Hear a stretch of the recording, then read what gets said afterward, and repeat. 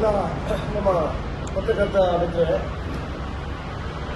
ಇತ್ತೀಚಿನ ದಿನಗಳಲ್ಲಿ ಕೇಂದ್ರ ಸರ್ಕಾರ ಮತ್ತು ರಾಜ್ಯ ಸರ್ಕಾರ ಮತ್ತು ಗ್ರಾಮ ಪಂಚಾಯತ್ ಮೂರೂ ವಿಭಾಗಗಳ ಒಂದು ಸಹಯೋಗದಲ್ಲಿ ಜಲಜೀವನ್ ಮಿಷನ್ ಕಾಮಗಾರಿಯನ್ನು ಪ್ರಾರಂಭ ಮಾಡಬೇಕು ಅಂತೇಳಿ ಒಂದು ಹೊಸ ಆದೇಶ ಆದ ಹಿನ್ನೆಲೆಯಲ್ಲಿ ಈ ಜಲಜೀವನ್ ಕಾಮಗಾರಿಯನ್ನು ಆದಷ್ಟು ಬೇಗ ಪ್ರಾರಂಭ ಮಾಡಬೇಕಂತ ಒತ್ತಡವನ್ನು ಕೊಟ್ಟು ಪಂಚಾಯತಿ ವ್ಯವಸ್ಥೆಗಳ ಮೇಲೆ ಒತ್ತಡ ಕೊಟ್ಟು ಅದರ DPR ತಯಾರು ಮಾಡಿಬಿಟ್ಟು ಕೆಲಸವನ್ನು ಶುರು ಮಾಡಿದ್ರು.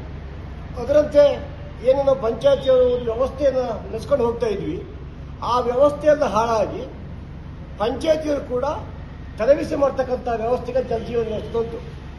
ಆಗ ಮೊದಲ ಬಾರಿಗೆ ಅದರ ವಿರುದ್ಧವಾಗಿ ಮಾತಾಡಿರ್ತಕ್ಕಂಥದ್ದು ಹೇರೂರು ಪಂಚಾಯತಿ ಸಭೆಯಲ್ಲಿ ನಮ್ಮ ಬ್ಲಾಕ್ ಕಾಂಗ್ರೆಸ್ ಅಧ್ಯಕ್ಷರಾಗಿರ್ತಕ್ಕಂಥ ಕುಕ್ಕುಡಿಗೆ ರವೀಂದ್ರ ಅವರು ಮಾತಾಡಿದ್ರು.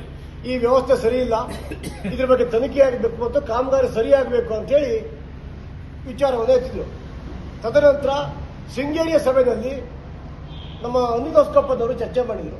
ಅದರಂತೆ ನಾವೆಲ್ಲರೂ ಕೂಡ ಈ ವ್ಯವಸ್ಥೆ ಸರಿಯಾಗಬೇಕು. ಯಾವ ರೀತಿ ಸರಿಯಾಗಬೇಕು ಅಂದರೆ ನೀರಿನ ಮೂಲ ಮೊದಲು ಮಾಡ್ಕೊಳ್ಬೇಕು. ನೀರಿನ ಮೂಲ ಆದ ನಂತರ ಪೈಪ್ಲೈನ್ ಆಗಬೇಕು, ನಲ್ಲಿ ಆಗಬೇಕು, ಟ್ಯಾಂಕ್ ಆಗಬೇಕು. ವ್ಯವಸ್ಥಿತವಾಗಿ ಎಲ್ಲ ಮನೆಗೂ ಕುಡಿಯುವ ನೀರು ಸಫಿಷಿಯೆಂಟ್ ಆಗಿ ಸಿಗಬೇಕು ಅನ್ನೋ ಉದ್ದೇಶದಿಂದ ಈ ಕಾಮಗಾರಿ ಆಗಿದೆ. ಇದರಂತೆ ಕೆಲಸವನ್ನು ಮಾಡಬೇಕು ಅಂತೇಳಿ ನಮ್ಮ ಮೊದಲಿನ ಈ ಕಾಮಗಾರಿಯ ಪ್ರಾರಂಭದಿಂದ ಕೂಡ ನಾವು ಧ್ವನಿ ಎತ್ತಾ ಬಂದ್ವಿ. ಆದರೆ ಇಲ್ಲಿ ಈ ವ್ಯವಸ್ಥೆ ನಮ್ಮ ನಿರೀಕ್ಷೆಯ ಪ್ರಕಾರ ಆಗಲಿಲ್ಲ. ಇಲ್ಲಿ ಏನಾಯಿತು ಅಂದರೆ ಕಾಂಟ್ರಾಕ್ಟರ್ಗಳು ಹಣ ಮಾಡುವ ಉದ್ದೇಶದಿಂದ, ಯಾರ್ದೋ ಜೋಬ್ ತುಂಬುವ ಉದ್ದೇಶದಿಂದ ಯಾವ ಕೆಲಸ ಮೊದಲು ಮಾಡಬೇಕಿತ್ತು ಅದನ್ನು ಬಿಟ್ಬಿಟ್ಟು ಯಾವುದು ಕಾಮಗಾರಿಯಲ್ಲಿ ಅತಿ ಹೆಚ್ಚು ಲಾಭ ಬರ್ತದೆಯೋ ಆ ಕಾಮಗಾರಿಯನ್ನು ಕೈಗೆತ್ತಿಕೊಂಡು ಮಾಡಿಕೊಳ್ಳುವ ವ್ಯವಸ್ಥೆಗೆ ನಿರ್ಮಾಣ ಆಯಿತು. ಅದಕ್ಕೂ ಕೂಡ ನಾವು ಪ್ರತಿಭಟನೆ ಹೊರಟಿದ್ವಿ.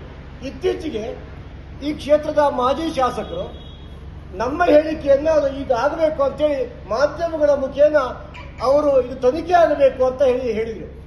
ನಾವು ಅದನ್ನು ನಮ್ಮ ಶಾಸಕರು ಅದನ್ನು ಏನು ಒತ್ತಾಯ ಮಾಡ್ತಾ ಬಂದ್ವಿ, ಅದೇ ರೀತಿಯಾಗಿ ಶಾಸಕರು ಕೂಡ ಹೇಳಿದರು ಇಲ್ಲಿ ತಪ್ಪಾಗಿದೆ, ಅದರ ಬಗ್ಗೆ ತನಿಖೆ ಆಗಬೇಕು, ಇದು ಯಾರು ತಪ್ಪಿತಸ್ಥರು ಅವರ ವಿರುದ್ಧ ಕಾನೂನು ಕ್ರಮ ಆಗಬೇಕು ಮತ್ತು ಕೆಲಸ ಸರಿಯಾಗಬೇಕು ಅಂತೇಳಿ ಒತ್ತಾಯವನ್ನು ಕೊಡ್ತಾ ಬಂದ್ವಿ. ಅದೇ ಒತ್ತಾಯದ ಮುಂದಿನ ಭಾಗವಾಗಿ ಏನು ಜೀವರಾಜ್ ಅವರು ಉಲ್ಲೇಖ ಮಾಡಿ ಇಲ್ಲಿ ಆಗಿರ್ತಕ್ಕಂಥ ಕಳಪೆ ಕಾಮಗಾರಿಯನ್ನು ಅದು ಯಾರಿಗೆ ಮಾಡಿದ್ದಾರೆ ಅದ್ರ ಬಗ್ಗೆ ತನಿಖೆ ಆಗಬೇಕಂತ ಏನು ಹೇಳಿದಾರೋ ಅದೇ ಉದ್ದೇಶದ ಮೇರೆಗೆ ನಾವಿತ್ತು ಪತ್ರಿಕಾಗೋಷ್ಠಿ ನಡೆಸ್ತಾ ಇದ್ದೇವೆ.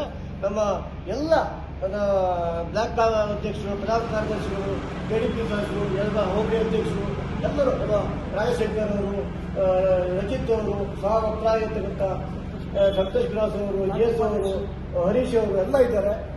ಈ ಸಭೆ ಪತ್ರಿಕಾಗೋಷ್ಠಿ ಮುಖಾಂತರ ನಾವು ಒತ್ತಾಯ ಮಾಡೋದಿಷ್ಟೇ, ಏನು ಜೀವರಾಜ್ ಅವರು ಹೇಳಿದ್ದಾರೆ ಅದರಂತೆಯೇ ನಮ್ಮ ಬ್ಲಾಕ್ ಕಾಂಗ್ರೆಸ್ ಸಮಿತಿಯಲ್ಲಿ ನಾವು ಇವತ್ತು ಹೇಳ್ತಾ ಇದ್ದೇವೆ, ಇದರ ಬಗ್ಗೆ ಸೂಕ್ತವಾದ ತನಿಖೆ ಆಗಬೇಕು.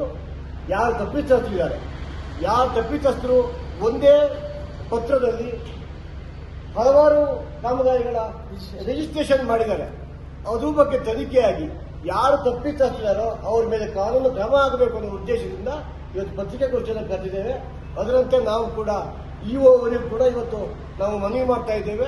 ನಮ್ಮ ಬ್ಲಾಕ್ ಕಾಂಗ್ರೆಸ್ ಪ್ರಧಾನ ಕಾರ್ಯದರ್ಶಿ ಮಂಜುನಾಥ್ ಅವರು ನಾಳೆ ಚಿಕ್ಕಮಗಳೂರಿಗೆ ಹೋಗ್ಬಿಟ್ಟು ಅವರ ನೇತೃತ್ವದಲ್ಲಿ CS ಕೂಡ ಗಮನಕ್ಕೆ ತರ್ತಕ್ಕಂಥ ಪ್ರಯತ್ನವನ್ನು ನಾವು ಮಾಡ್ತಾ ಇದ್ದೇವೆ. ಈಗ ಮುಂದಿನ ಉದ್ದೇಶಿಸಿ ನಮ್ಮ ಅಧ್ಯಕ್ಷರಾಗಿರ್ತಕ್ಕಂಥ ರವೀಂದ್ರನ್ ಅವರು ಮಾತಾಡ್ತಾರೆ. ಇದು ಒಂದು ಭಾರಿ ಒಳ್ಳೆಯ ಯೋಜನೆ, ಕೇಂದ್ರ ಸರ್ಕಾರದ ಯೋಜನೆ. ಏನು ಈ ಯೋಜನೆ ಉದ್ದೇಶ ಅಂದರೆ ಎಲ್ಲ ಗ್ರಾಮಾಂತರ ಪ್ರದೇಶದಲ್ಲಿ ಪ್ರತಿಯೊಬ್ಬರಿಗೂ ಕುಡಿಯುವ ನೀರಿನ ವ್ಯವಸ್ಥೆ ಮನೆ ಮನೆಗೆ ಕೊಡಬೇಕು ಅನ್ನೋಂಥ ಒಂದು ಸ್ಕೀಮ್ ಇದೆ, ಜಲಜೀವನ್ ಮಿಷನ್. ಇದು ಒಳ್ಳೆ ಕೇಂದ್ರ ಸರ್ಕಾರ ಮತ್ತು ರಾಜ್ಯ ಸರ್ಕಾರದ ಒಳ್ಳೆ ಸ್ಕೀಮ್. ಆದರೆ ಇದರಲ್ಲಿ ಏನಾಗಿದೆ, ಅವರ ಪ್ಲ್ಯಾನ್ಗಳು ಯಾವುದೋ ಕಾಂಟ್ರಾಕ್ಟರ್ ಮತ್ತು ಅಧಿಕಾರಿಗಳು ಶಾಮೀಲಾಗಿ ಕಾಂಟ್ರಾಕ್ಟ್ ಪ್ಲ್ಯಾನ್ ಮಾಡಿಕೊಂಡು ದುಡ್ಡು ಹೊಡೆಯೋ ಯೋಜನೆ ಬಿಟ್ಟು ಕುಡಿಯುವ ನೀರು ಸಮರ್ಪಕವಾಗಿ ಯಾರಿಗೂ ಯಾರ ಮನೆಗೂ ಇವತ್ತು ತಲುಪಿಲ್ಲ. ಸುಮಾರು ಈ ಯೋಜನೆ ಬಂದು 3 ವರ್ಷ ಆಗಿದೆ. 3 ವರ್ಷದಿಂದ ನಾವು ಸುಮಾರು 2 ವರ್ಷದ ಹಿಂದೆ ನಮ್ಮ ಹೇರೂರು ಗ್ರಾಮ ಪಂಚಾಯಿತಿಯಲ್ಲಿ EOನ ಜಲಜೀವನ್ ಮಿಷನ್ನಿನ AAA ಸಂಬಂಧಪಟ್ಟ ಇಲಾಖೆಯವ್ರನ್ನ ಮತ್ತು ಪತ್ರಿಕೆಯವ್ರನ್ನ ಇಟ್ಟುಕೊಂಡು ಒಂದು ಸಭೆ ಮಾಡಿ ಅದರಲ್ಲಿ ಕ್ಲೀನಾಗಿ ಹೇಳೋದಕ್ಕೆ ಕನ್ವಿನ್ಸ್ ಮಾಡಿದ್ವಿ. 100 ಕೋಟಿ ನಮ್ಮ ತಾಲೂಕಿಗೆ ಹಣ ಬಂದಿದೆ. ಸುಮಾರು ಹೇರೂರು ಪಂಚಾಯತ್ ಒಂದಕ್ಕೆ 9 ಕೋಟಿ ರೂಪಾಯಿ ಬಂದಿದೆ. 9 ಕೋಟಿ.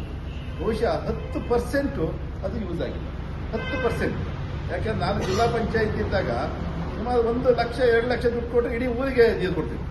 ಇವತ್ತು 9 ಕೋಟಿ ಕೊಟ್ಟಿದೆ. ಒಂದು ಕಡೆ ಬೋರ್ವೆಲ್ ಮಾಡಿದ್ದಾರೆ, 3 ಫೇಸ್ ಮೋಟರ್ ಹಾಕ್ಬೇಕು, 2 ಫೇಸ್ ಮೋಟರ್ ಹಾಕ್ಕೊಂಡು ಅಲ್ಲಿ ವೈರ್ ಇಟ್ಟಿದ್ದಾರೆ. ಕರೆಂಟ್ ಪವರೇ ಇಲ್ಲ ಅಲ್ಲಿ ಒಂದು.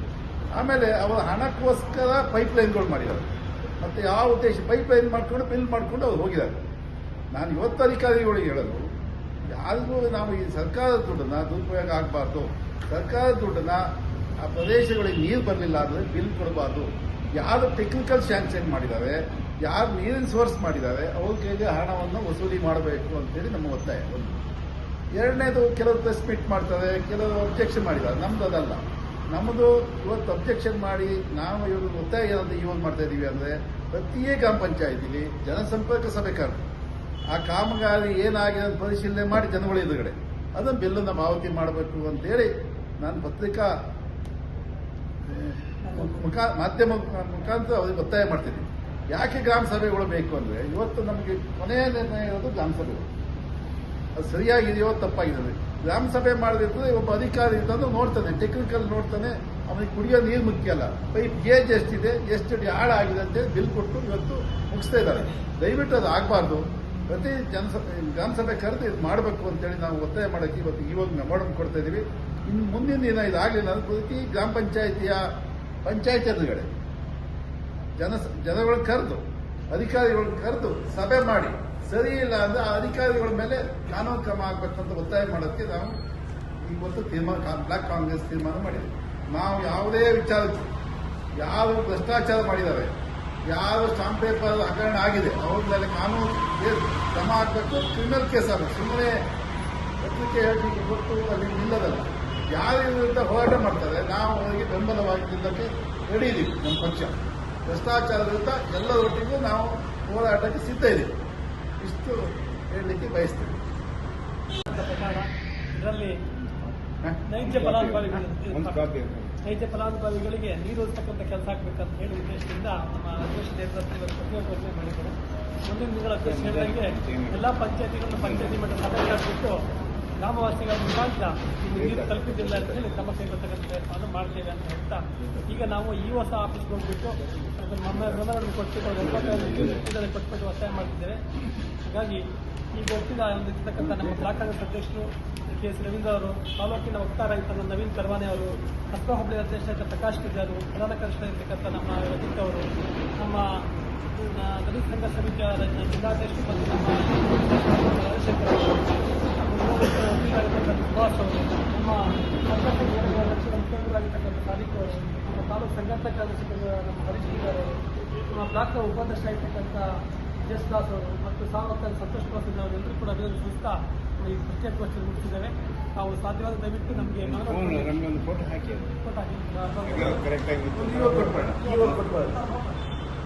ಅಲ್ಲಿ ಕೊಟ್ಟು ಹಾಕ್ತೀರಾ? ತೆಗೆದ್ರೆ ತೆಗೆದ್ರೆ